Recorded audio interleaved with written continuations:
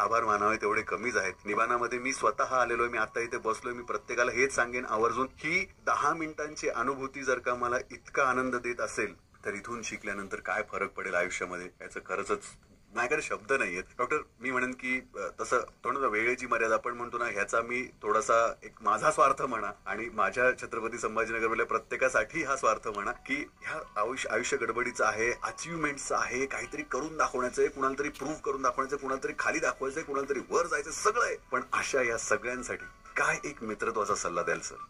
असा अध्यात्म योग खूप मोठी गोष्ट आहे श्रेयश, पण आपण विचारलं म्हणून सांगतो. थोडं स्वतःला दिवसातून 30 मिनिटं वेळ देणं, त्या काळात मौन धारण करून बसणं, मोबाईलचा फोनचा स्मार्ट वापर करणं, कोणत्याही गुरुकडे त्यातल्या त्यात तुम्हाला हवेल तसं ध्यानाचा अवलंब करणं, उदर श्वसन, पोटावर लक्ष ठेवून श्वास करणं, वेळेचं नियोजन करणं आणि आहे त्या गोष्टीमध्ये आनंद मानून